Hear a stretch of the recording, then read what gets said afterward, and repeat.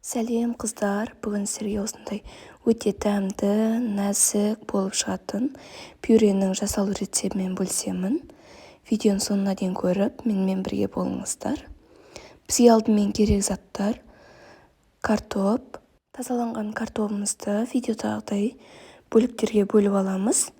Өте жіңішке қылмаймыз, шамалы ірілеу бөліктерге бөліп, салқын суға салып, татымына қарай тұзымызды салып, қазанымыздың бетін жауып, шамамен 30 минуттай қайнатамыз картоптарымызды.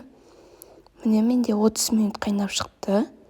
Картоптарымызды осындай арнайы сүзгішпен сүзіп алып, оның үстіне сары майымыз бен сүтімізді құйып, сары май мен сүт құйсаңыздар өте дәмді болып шығады қыздар пюреміз. Енді осыны арнайы осындай картоп езгішпен барлығы бір келкі болғанша езіп шығамыз. Қыздар, осы рецепті жасап көріңіздер менімен бірге. Сіздер барлықтарыңыз пюре жасау рецептін білесіздер деп ойлаймын.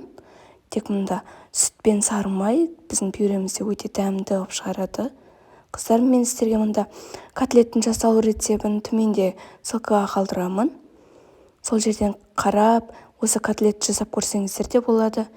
Түскі асқа өте дәмді болып шығады қыздар. Осылай ұсынсаңыздар. Рахмет сіздерге.